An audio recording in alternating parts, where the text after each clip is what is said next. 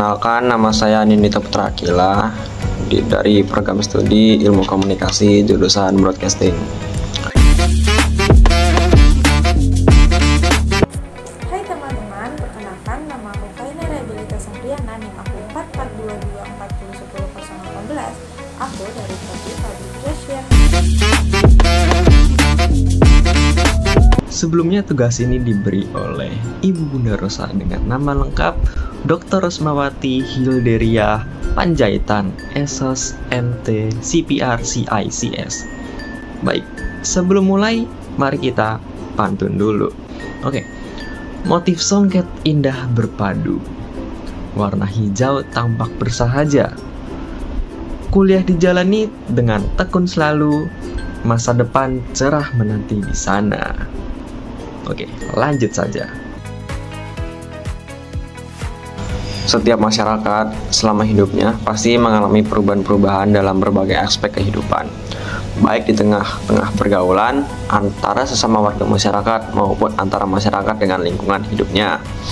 Salah satunya tata cara pergaulan antara sesama anggota masyarakat dalam kehidupan sehari-hari adalah dalam cara berpakaian pada musim-musim tertentu, dalam kehidupan berkeluarga, dalam kegiatan ekonomi maupun mata pencaharian atau kehidupan beragama dan seterusnya.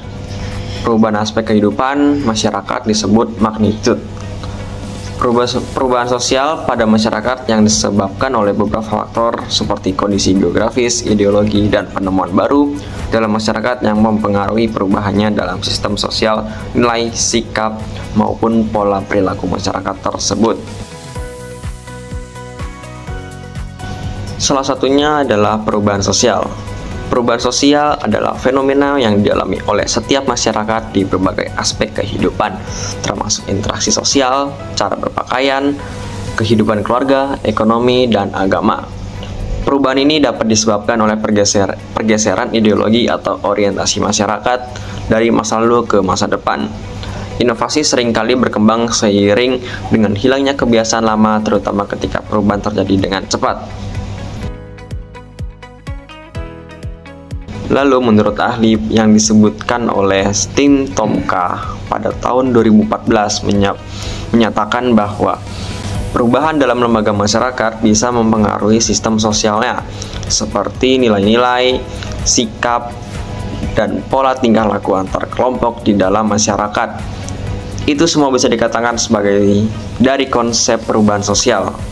Hal ini disebabkan karena keadaan sistem sosial itu tidak sederhana. Lalu menurut ahli Tim Tomka pada tahun 2014 memiliki 6 bagian. Yang pertama adalah unsur-unsur pokok, yaitu jumlah dan jenis individu serta tindakan. Yang kedua adalah hubungan antar unsur, yaitu ikatan sosial, loyalitas, ketergantungan hubungan antar individu, dan integritas. Yang ketiga adalah berfungsinya unsur-unsur di dalam sistem, yaitu peran pekerjaan yang dimainkan oleh individu atau diperlukannya tindakan tertentu untuk melestarikan ketertiban sosial. Yang keempat adalah kriteria untuk menentukan siapa saja yang termasuk anggota sistem, syarat penerimaan individu dalam kelompok, prinsip rekrutmen dalam organisasi, dan sebagainya. Yang kelima adalah subsistem, jumlah dan jenis seksi, segmen, atau divisi khusus yang dapat dibedakan. Yang keenam adalah lingkungan, seperti contohnya adalah keadaan alam. Modernisasi adalah proses transformasi dari cara tradisional menuju cara-cara yang lebih maju. Tujuannya untuk mensejahterakan masyarakat. Apa aja sih contoh modernisasi dalam masyarakat? Nah, contoh modernisasi dalam masyarakat ada 6, yaitu pendidikan, komunikasi, pekerjaan, transportasi, kesehatan, dan media massa. Yuk, kita bahas satu persatu. Nah, yang pertama, modernisasi dalam pendidikan, kita nggak lagi belajar hanya dari buku, tapi juga bisa dari gadget, tablet, atau laptop. Contoh modernisasi yang kedua yaitu komunikasi. Perubahan dari era wartel atau warung telepon menjadi warnet atau warung internet. Nah, yang ketiga, pekerjaan. Tenaga kerja manusia bisa sangat mudah digantikan oleh robot. Nah, yang keempat, transportasi. Dari awalnya kita nih harus keluar rumah, terus jalan untuk nyamperin angkot atau bajai atau segala macam. Tapi sekarang nggak lagi, kita bisa pakai aplikasi. Kelima, kesehatan. Ini adalah perubahan dari keadaan yang biasa-biasa saja menjadi ke arah yang lebih maju. Nah, yang terakhir, keenam, media massa.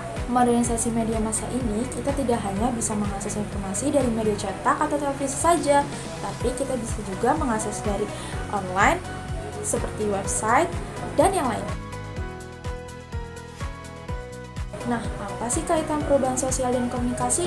Nah, komunikasi sendiri adalah kunci dari perubahan sosial. Komunikasi sebagai penyampai pesan informasi yang memiliki fungsi komunikasi sebagai integrasi sosial dan perangkat hidup bersama. Dalam kondisi seperti ini, biasanya ada proses saling membagi atau menggunakan informasi secara bersamaan dengan merumuskan komunikasi sebagai interaksi sosial. Selanjutnya ada 3 aspek-aspek perubahan sosial. Nah, yang pertama ada perubahan sikap. Perubahan sikap masyarakat terhadap beberapa persoalan yang ada di sekitar seperti sosial atau budaya terhadap pola-pola pikir baru yang dianut masyarakat sebagai perubahan sikap yang lebih modern. Yang kedua ada perubahan perilaku. Perubahan perilaku menyangkut persoalan di mana masyarakat meninggalkan sistem yang lama dan menjalankan sistem sosial yang baru. Perubahan model budaya ini menyangkut perubahan model budaya yang digunakan dalam masyarakat, contohnya seperti bahan model pakaian, teknologi, dan yang lain-lain.